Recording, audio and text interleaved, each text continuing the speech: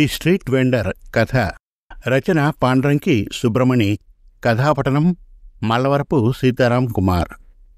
Kamaraju relay సైకిల్ని సర్రున తొక్కుతూ college క్యాంపస్లోకి ప్రవేశించి బండిని ఓరగా స్టాండ్లో పెట్టి ఒక చేతిలో నోట్ పుస్తకాల సంచిని పొదుగు పట్టుకొని మరొక చేతిలో లెదర్ సంచిని భుజానికి ఎక్కించుకొని వేప చెట్టు కింద గుంపుగా నిల్చున్న క్లాస్మేట్స్ వద్దకు వచ్చాడు. సుచీంద్ర అక్కడే ఆగు అని వారించాడు. ఎక్కడివాడక్కడ ఆగిపోయి ఏమైందన్నట్లు విస్మయంగా చూశాడు కామరాజు. మరేం లేదురా, నువ్విప్పుడు మీ తాతగారు తయారు చేసి అందించిన తైలం బాటిల్స్ వగైరాలు ఆన్లైన్ మెసేజ్ల ద్వారా డిమాండ్ పెట్టిన వాడకందారులకు సప్లై చేసి వస్తున్నావు కదూ. ఆ తైలం బాటిల్స్ అన్నిటినీ ఈ లెదర్ బ్యాగ్లో పెట్టే కదూ సరఫరా చేస్తున్నావు? అవునన్నట్లు తలుపుతూ చూశాడు కామరాజు. దానికేమిటంట అన్నట్లు. మళ్ళీ సుచీంద్ర కొనసాగించాడు. అందులో రకరకాల తైలం బాటిల్స్ మోసుకొని వెళ్తూ ఉంటావుగా, దానికేమిటట అన్నట్లు కనుబొమ్మలు ఎగరేసి చూశాడు కామరాజు. మరైతే ఆ తైలాల వాసనలు నీ లెదర్ బ్యాగ్ నిండా పారించి ఉంటాయి కదా. నువ్విప్పుడు ఇక్కడికి నీవుగా రాలేదు, ఘాటైన తైలం వాసనల్ని కూడా మోసుకొచ్చావన్నమాట. నీకు ఇంటా బయట ఆ వాసనలన్నీ అలవాటు కాబట్టి నువ్వు నిశ్చలంగా క్షీర జలపాతంలో ఉన్నట్లు చెక్కు చెదరకుండా నిల్చుంటావు. మరి మా సంగతి? ఆ ఘాటైన తైలం వాసనలకు ముక్కు పుటాలు ఎగిరిపోతాయి. ఇప్పుడు అర్థమైందా? అప్పుడు అతని మాటకు సురేష్ వంతపాడాడు. అవునరా కామరాజు, క్లాసులో కూర్చున్నప్పుడు కూడా ఆ బంగారు లెదర్ బ్యాగ్ని నీ పక్కన పెట్టుకోకుండా క్లాస్ రూమ్కి అవతల పెట్టు, లేకపోతే ఆ ఘాటు వాసనలు మమ్మల్ని అందరినీ ఉక్కిరిబిక్కిరి చేస్తాయి. సహాధ్యాయుల వైపు నిదానంగా చూసి తనలో తను ఏదో అనుకుంటూ అతను స్పందించకుండా కదిలి వెళ్ళిపోయాడు. మిత్రుల అభీష్టం ప్రకారమే అతడు తనకు కావలసిన నోట్ పుస్తకాలు మాత్రం తీసుకొని లెదర్ బ్యాగుని క్లాస్ రూమ్కి అవతల పెట్టి వచ్చి కూర్చున్నాడు. కూర్చున్న వెంటనే అతడి ఆలోచనలన్నీ కామెంట్స్ చేసిన క్లాస్మేట్ల వైపు దూసుకుంటూ సాగిపోయాయి. అతడి అంతరంగానికి తెలుసు, అందరూ కాకపోయినా వాళ్లలో కొందరు కావాలనే తనను మోకింగ్ చేస్తూ మాట్లాడారని. ఈనాడు తమ కుటుంబాన్ని వత్తాసుగా ఆదుకుంటున్నది తాతగారు స్వయంగా చేసి సరఫరా చేస్తూ ఉన్న తైలం మందు బాటిల్సే. తాతయ్య తన వైద్య పరిజ్ఞానంతో చేసి పంపుతూ ఉన్న ఆ తైలపు బాటిల్స్ కుటుంబానికి మాత్రమేనా, తన కాలేజీ చదువు కూడా దన్నుగా నిలుస్తున్నాయి. తండ్రి ఏవో కార్మిక సంఘాల కొట్లాటలో చిక్కుకొని గాయాల పాలై నరాల కదలికకు దూరమై ఇంట్లో మంచాన్ని ఆశ్రయించాడు. చెల్లేమో 10వ తరగతితో చదువుకి స్వస్తి చెప్పి తల్లికి కూరగాయలమ్మడంలో అప్పడాలు వత్తడంలో చేదోడుగా ఉంటుంది. అలా వచ్చిన డబ్బులతో స్పెషలిస్టు సూచన ప్రకారం తండ్రికి మందు మాకు కొని తెస్తుంది అమ్మ. కావున ఆయుర్వేద మందులు ఇంగ్లీష్ మందులు క్లాష్ కాకూడదని తండ్రికి తాతయ్య చేసిన తైల బాటిల్స్ ఉపయోగించడం లేదు. అప్పుడతని ఆలోచన గొలుసుని తెంచుతూ పక్కకు వచ్చి కూర్చున్న వామన్రావు గొంతు వినిపించింది. సారీరా కాము, కొందరు నీ ఇంటి పరిస్థితి తెలిసి కూడా అలా అగ్రెసివ్గా కామెంట్స్ చేయడం కష్టపనిపించిందిరా.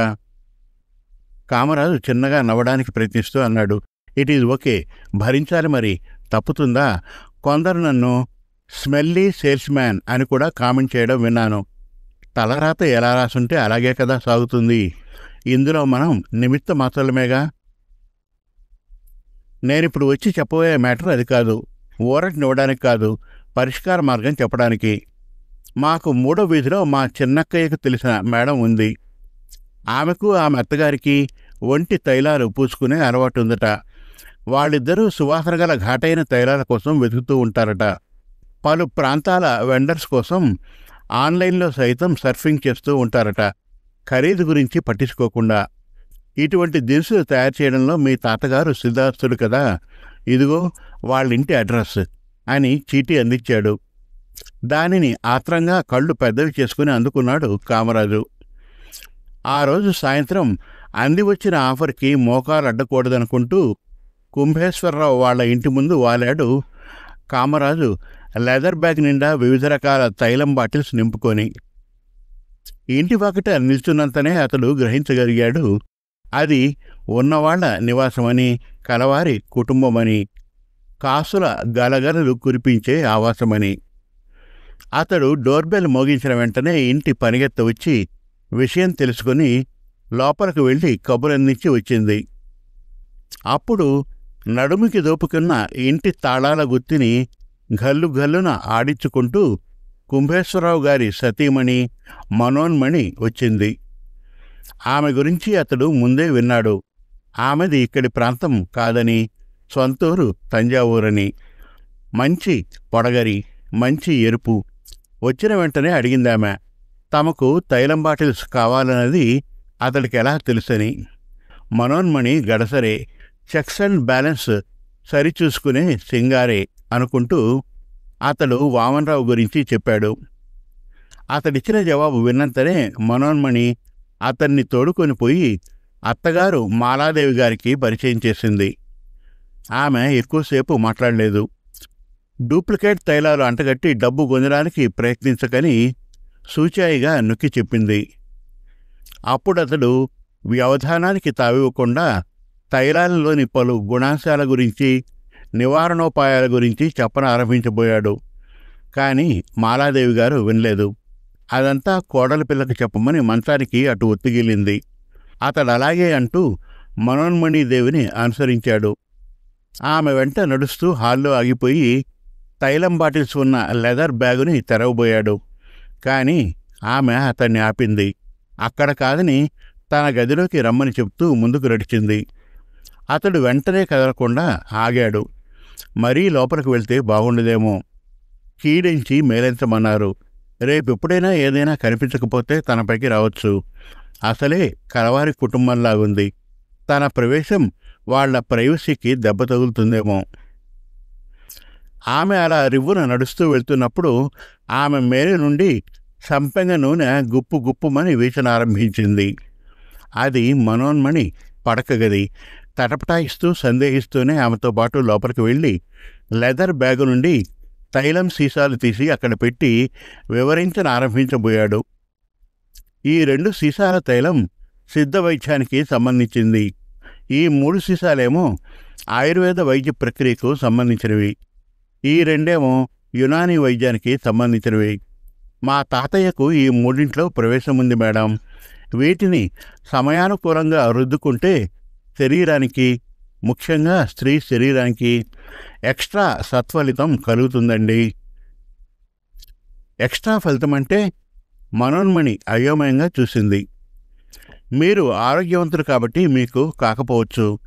కొందరు ఆడాళ్లకు with reason or without reason వంధ్యత్వ లక్షణాలు ఎదుర్కోవచ్చు. ఉదాహరణకు గర్భోత్పత్తికి అడ్డు తగిలి శుక్రదోషాలు కొన్ని వాటిల్లవచ్చు. వాటి దుష్ఫలితాలను తాతయ్య తయారు చేసిన తైలాలు తగ్గించి మంచి చేయవచ్చు. అదంతా మీకు మాత్రమే చెప్తే అంత బాగుండదేమో. మీ వారిని పిలిస్తే తైలం రుద్దే పద్ధతిని వివరిస్తాను. అప్పుడు ఉభయతారకంగా ఉంటుంది అన్నాడు. ఆ మాటతో ఆమె అదోలా ముఖం పెట్టింది. ఎప్పుడు చూసినా డబ్బు దశకం కోసం ఊళ్ళు తిరగడమే తప్ప ఇంట్లో ఎప్పుడు కుదురుగా అందుబాటులో ఉంటాడని, రాతకేడుద్దునా రాగి మీసాల మొగుడి కోసం ఏడుద్దునా అంటారే, అదన్నమాట ఇక్కడి సంగతి. అదుగో ఆ ఫోటోలో కనిపిస్తున్నాడే, అతడే నా బంగారు మొగుడు. ఆ ఫోటో చూసి గుడ్లు తేలేశాడు కామరాజు. అతడా మీ వారు? ఇంత చిన్న వయసులో అంతటి భారీకాయమా? మూమెంట్స్ దెబ్బతింటాయి మేడం. బీరు రమ్ము ఎక్కువగా తాగేవారికే అంతటి భారీ శరీరం వస్తుందంటారు. దానికామె వెంటనే రిటార్ట్ చేసింది. అతడు వేసుకునేది 1-2 పెగ్గులా. ఫుల్ బాటిల్ గాలిలోకి ఎగిరిపోతూ ఉంటుంది. ఆ తరువాత చతికిల పడతాడు. కామరాజు అర్థం కానట్లు అడిగాడు, ఎవరి ముందు మేడం అని. దానికి చెళ్ళున బదులిచ్చిందామె, ఇంకెవరి ముందు? నా ముందే. అబ్బా, అది కుదరదండి. మీ వారి విషయంలో 3 తగ్గించుకోవాలి. బీరు రమ్ము దమ్ము. ప్రతిరోజు నడక కనీసం 40 నిమిషాల పాటు సాగించాలి. ఆమె మరొకసారి ముఖం అదోలా పెట్టింది. అయ్యో రామా, అతను నడకలోనే కాదు పడకలోనూ వీకే. ఆ మాటంటూ ఆమె అతడి పక్కన ఫ్రెండ్లీగా ఉరుచుకుంటూ కూర్చుంది. ఆమె యవ్వన శోభ ఫెళ్ళున సోకిన వెంటనే అతడు ఊపిరి బిగబట్టాడు. తడిసిన మనస్సున మనోయవ్వన తరంగాలు ఫెళ్ళుమన్నాయి. ఆమె మేలు నుండి సురభిళ సువాసనలు గుప్పుమని సోకాయి. అదెప్పుడో తెలుగు లెక్చరర్ పలికిన తేటగీతి పద్యం నిండు రూపమై కళ్ల ముందు నాట్యమాడింది. తగిన మగవాని కౌగిట తగిలినట్లీ అలి చికుర యవ్వనంబది యవ్వనంబు, తగని మగవాని కౌగిట తగలనట్టి అలి చికుర యవ్వనంబది యవ్వనంబు. కామరాజు ఉన్న ఫలాన ఆలోచన నుండి తేరుకుంటూ ఖచ్చితమైన కంఠస్వరంతో అన్నాడు, అదంతా వీలుపడదు మేడం. పడగ గురించి తర్వాత చూడండి. మొదట నడక గురించి తీర్మానించండి. సతీమునిగా మీ వారిని మీరే నడిపించాలి, సన్నబడేలా చేయాలి, లేకపోతే బాడీ మూమెంట్సే ఉండవు అంటూ లేచి ఆమె చేతిలో తైలం సీసాల బిల్లు పెట్టాడు. ఆమె ఇచ్చిన నగదు లెక్క పెట్టుకుంటూ తల ఎత్తి చూశాడతను. 600 ఎక్కువిచ్చినట్లున్నారు మేడం. ఆమె నవ్వి బటన్స్ ఊడేలా అతడి షర్టుని లాగి, పర్వాలేదు ఉంచుకోండి, మళ్ళీ తైలం సీసాలతో రావాలి కదా, అప్పుడు బిల్ అమౌంట్ అడ్జస్ట్ చేసుకుంటాలే. కామరాజు ఇల్లు చేరిన తర్వాత లెక్కలు కుదురుగా సరిచేసుకున్నాడు. అతడు మనోన్మణికి ఇచ్చి వచ్చిన అరోమా తైలపు సీసాలు తదితర మసాజ్ బాటిల్స్ ఎంత జోరుగా ఎక్కువగా రుద్దుకున్నా కనీసం వారం రోజుల వరకు వస్తుంది. కానీ 3 రోజులకే ఆమె నుండి పిలుపు రావడం అతన్ని అవధికి మించిన స్థాయిలో ఆశ్చర్యంలో ముంచింది. అంత జోరుగా అంత వేగంగా తైలం పుచ్చుకుందా? ఒకవేళ ఆమె అత్తగారు కూడా అదే వేగంతో తైలం రుద్దుకుందేమో. ఇద్దరికీ తాతయ్య తయారు చేసిన తైలం మంచి రిలీఫ్ ఇచ్చి ఉంటుందేమో. కారణ కార్యాలను పక్కన పెట్టి అతడు వెంటనే పాజిటివ్ మెసేజ్ పంపించాడు, అదే రోజు వస్తున్నా అని. ఇకపోతే వాటి ఘోష తనకెందుకు? తనెందుకు సిరికి మోకాలొడ్డి నిల్చోవడం? తనకు కాలేజీ ఫీజు కట్టడానికి, పుస్తకాలు కొనుక్కోవడానికి చేయూతనిచ్చేది ఈ తైల సీసాల వ్యాపారమేగా. అనుకున్న ప్రకారం కామరాజు మనోన్మణి ఇంటికి లెదర్ బ్యాగ్తో చేరి చుట్టూ పరకాయించి చూశాడు. అప్పుడామె కాస్మోటిక్ టబ్లో గులాబీ పూలు, లావెండర్ కలిపిన నీళ్లతో స్నానం చేసి ఎదురుగా వస్తుంది. నలువైపులా ఆమె శరీరం నుండి సువాసనలు తెరలు తెరలుగా వ్యాపిస్తున్నాయి. ఎర్రటి మేను నుండి నీటి ముత్యాలు రాలిపడుతున్నాయి. అతడు కళ్ళు తిప్పుకోవడానికి ప్రయత్నించాడు, కానీ వీలు లేకపోయింది. స్త్రీలు కుసుమ కోమలులు అంటారు.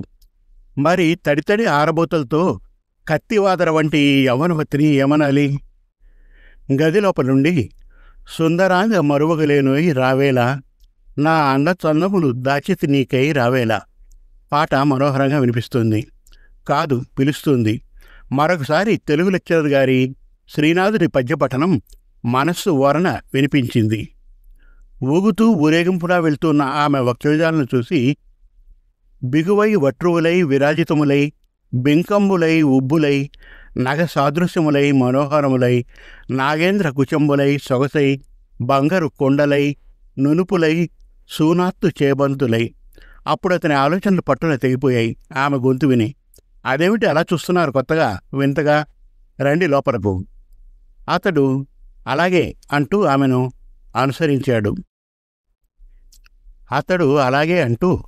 అనుసరించాడు.